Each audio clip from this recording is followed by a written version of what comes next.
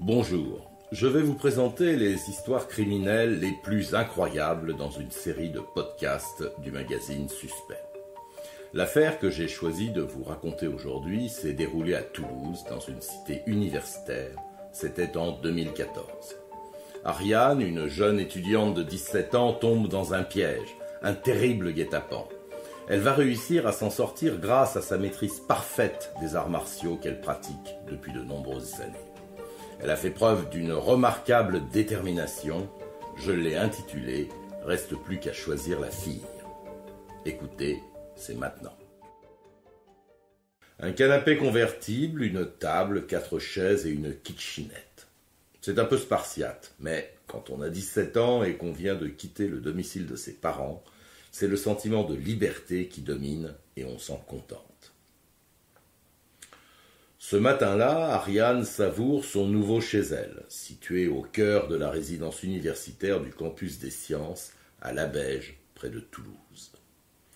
Ça fait juste 48 heures qu'elle s'y est installée. Énergique et sportive, cette jeune Perpignanaise aux longs cheveux châtains tirant sur le roux pratique le judo et la boxe. Elle rêve de devenir pilote d'hélicoptère. Son petit ami est venu l'aider à aménager son studio situé au 3e étage du campus.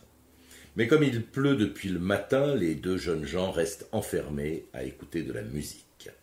Le boum-boum des basses résonne dans le petit couloir blanc où s'alignent les portes rouges des chambres d'étudiants encore désertes à cette période.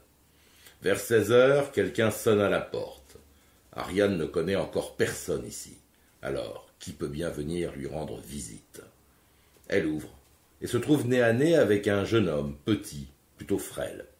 « Je suis ton voisin et je vais déménager prochainement, dit-il. J'ai des meubles à vendre, est-ce que ça t'intéresse ?» Ariane le remercie, mais elle est occupée et promet de passer plus tard. À 19 heures, le petit copain d'Ariane s'en va. Et qui sonne juste après?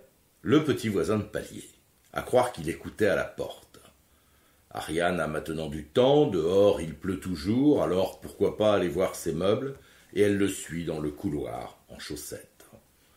À l'intérieur de la chambre du jeune voisin flotte une odeur de cannabis. Et à peine la porte refermée, Ariane observe autour d'elle. Son regard se pose sur un rouleau de Chatterton et une paire de menottes posées sur la table. La jeune étudiante n'a pas le temps de réaliser, d'éviter le piège, qu'une douleur horrible la paralyse. Sonnée, elle encaisse le choc et parvient à rester debout. L'agresseur se tient derrière elle, un pistolet électrique à la main, il vient de la taser. « Ne t'inquiète pas, dit-il, je ne vais pas te faire de mal. Je vais juste t'attacher le temps de te dépouiller. » Là-dessus, il presse à nouveau la détente de son arme. Foudroyée par cette seconde décharge, Ariane s'évanouit. Lorsqu'elle revient à elle, elle est allongée sur un lit. Ses mains sont menottées au barreau. Une bande d'adhésif est collée sur sa bouche. Son petit voisin n'est pas allé chez elle pour la voler comme il l'avait dit. Ce n'était visiblement pas son objectif. Son objectif, Ariane le comprend très vite, quand il commence à lui déboutonner son jean. La jeune fille se débat, mais elle est entravée sur ce lit et, aussi sportive soit-elle, elle ne peut pas faire grand-chose. Elle reçoit ainsi plusieurs décharges. Paralysée de souffrance, elle ne peut plus lutter. Et le jeune voisin abuse d'elle à 2 reprises. Ariane est consciente, elle a le sentiment d'avoir assisté à son propre viol. Quand il en a fini, il s'approche d'elle et lui pince les narines. Avec son bâillon de scotch sur la bouche, elle ne peut plus respirer.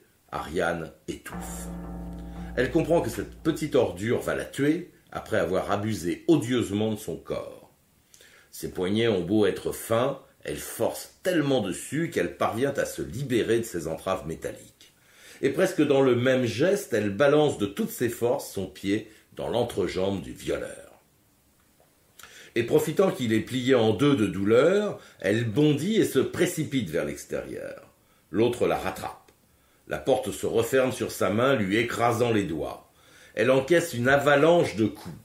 Et d'un revers d'ongle, elle lui inflige une sévère balafre sur la joue. Ariane est comme enragée, animée par l'énergie du désespoir. elle réussit à trouver la force de sortir de la chambre.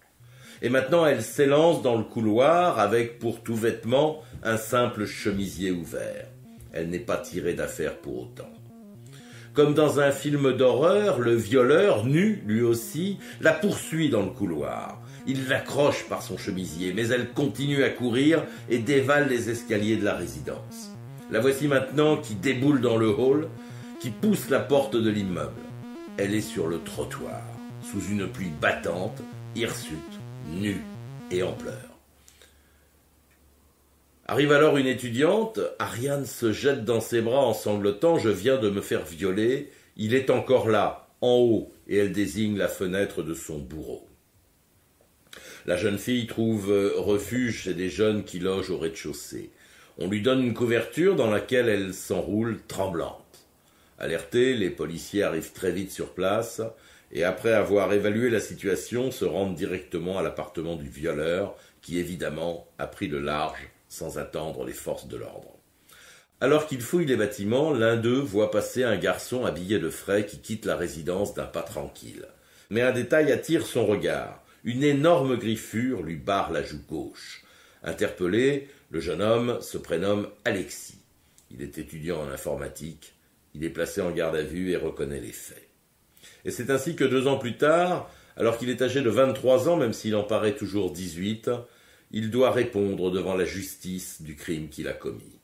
Il va comparaître devant la cour d'assises de Toulouse. L'accusé se présente devant ses juges comme un élève brillant ayant obtenu son bac avec la mention « très bien ». Totalement inconnu des services de police, il n'avait jamais fait parler de lui avant cette agression. Reçu 3e dans une grande école d'ingénieurs, en dépit du temps qu'il passait chaque semaine à travailler dans un restaurant pour financer ses études. Alexis est le fils idéal que tout parent rêve d'avoir. Et ses proches, présents dans la salle, n'en reviennent pas de le voir là, dans le box des accusés d'une cour d'assises, sur le banc de l'infamie. Pour seule explication, Alexis avance que peu de temps avant les faits, il avait essuyé un sérieux revers dans sa vie sentimentale. Sa copine l'avait largué sans préavis. Et depuis, Alexis restait enfermé chez lui à fumer du cannabis et à regarder des images et des films pornographiques. Pour la justice, la préméditation ne fait aucun doute. Le ruban adhésif, les menottes, le pistolet électrique sont exposés sur la table des scellés de la salle d'audience comme autant de preuves de sa préméditation. Sans compter qu'on a retrouvé des traces de ses recherches sur Google. Je vous en cite juste 2. Combien de temps le sperme peut-il être identifié dans un cadavre et comment faire pour faire disparaître un corps? Dans le plan qu'il avait mis en place, il n'y avait qu'une inconnue. Qui sera la victime? C'est le hasard qui en a décidé. À la barre des témoins, Ariane raconte posément ce qui lui est arrivé, sans larmes, sans haine. Le pire, dit-elle, n'a pas été le viol, mais la peur de mourir. Car Alexis a bel et bien tenté de l'étouffer en lui obstruant les voies respiratoires. Si elle n'avait pas été très entraînée au sport de combat, elle serait sûrement morte. Et peut-être n'aurait-on même jamais retrouvé son corps. Alexis est-il un étudiant paumé, fraîchement largué par sa copine? Mérite-t-il l'indulgence de la cour? Mérite-t-il d'être pardonné? Ou bien est-ce un criminel pervers, dangereux, susceptible de récidiver? Les jurés ont retenu la seconde hypothèse en le condamnant à 14 ans de détention. Reste pour Ariane à poursuivre son chemin malgré l'horreur qu'elle a vécue. Elle a repris courageusement ses cours juste 2 semaines après l'agression.